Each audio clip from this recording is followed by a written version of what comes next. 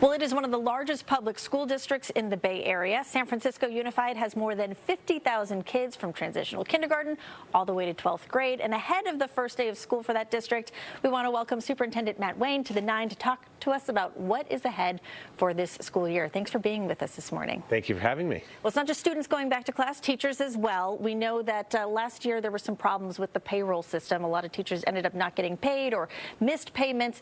Your district invested millions of dollars to fix it. How confident are you that you're not going to have those payroll issues this year? Yeah.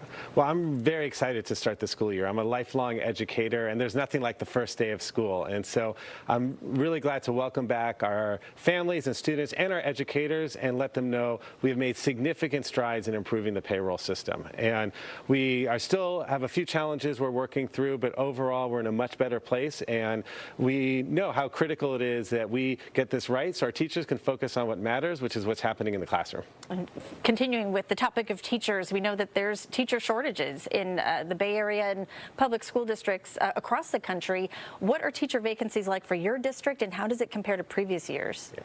So we are still hiring as we start the school year, and San Francisco Unified is a great place to work, so encourage anybody interested to come to our district.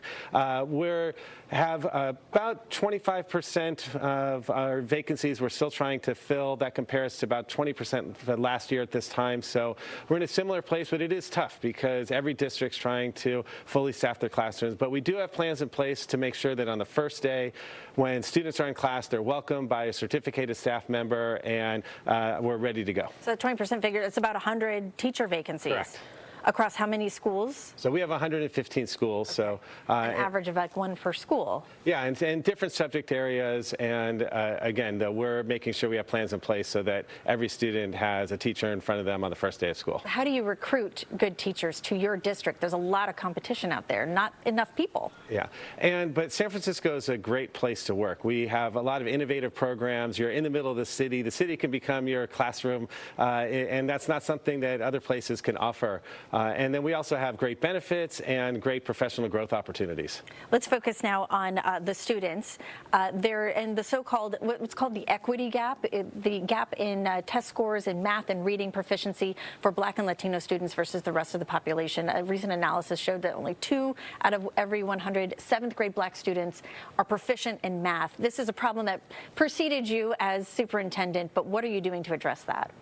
So this is my second year as superintendent. Last year, I did a lot of listening and learning, but I'm really excited to start this year with a laser-like focus on our 3 goals for student outcomes, and that's around literacy, math, and college and career readiness. And so we're now making sure that all of our efforts are targeted on improving those student outcomes. And for us, that means both supporting classroom teachers in the regular instruction as well as providing additional support for students when we see that they need it. So what does that look like? More teacher aides or more one-on-one instruction to give kids help with math and reading after class or during class? How do you do that? Yeah.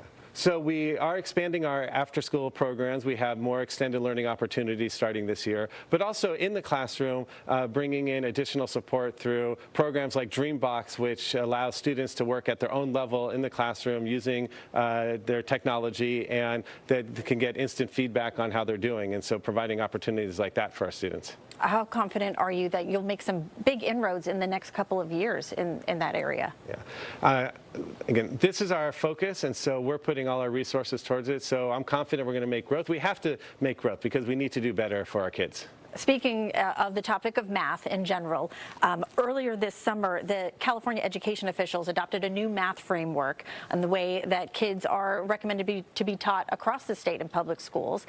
It's been criticized by some as de-emphasizing teaching algebra in 8th grade and other higher level math courses. It's based on what your district did a decade ago and then it changed. Why did your district change it, and what are the lessons state educators should learn about that math framework?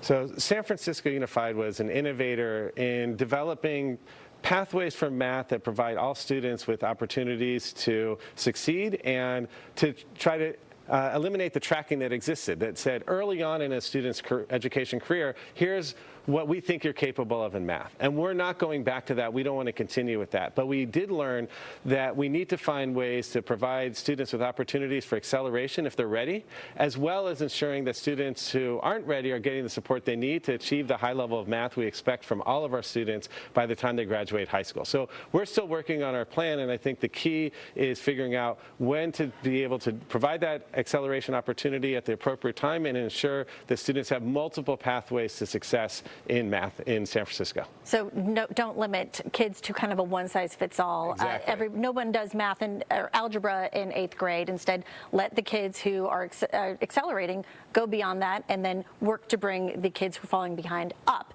Is that what state educators should be doing across the state with math curriculum? Yeah, and I think what the state framework is saying is that we want to make sure that our students master the standards as they move to the next level, and it does provide for opportunities for acceleration. I think then districts need to figure out how to make that happen in a way that works best for them. And for us in San Francisco, it's about giving kids opportunities when they're ready, but making sure that all students are succeeding at a high level. All right. San Francisco Unified Superintendent Matt Wayne, thank you for speaking with us. Good luck on the first day of school to you and your educators and all the 50,000 students in the district. Thank you.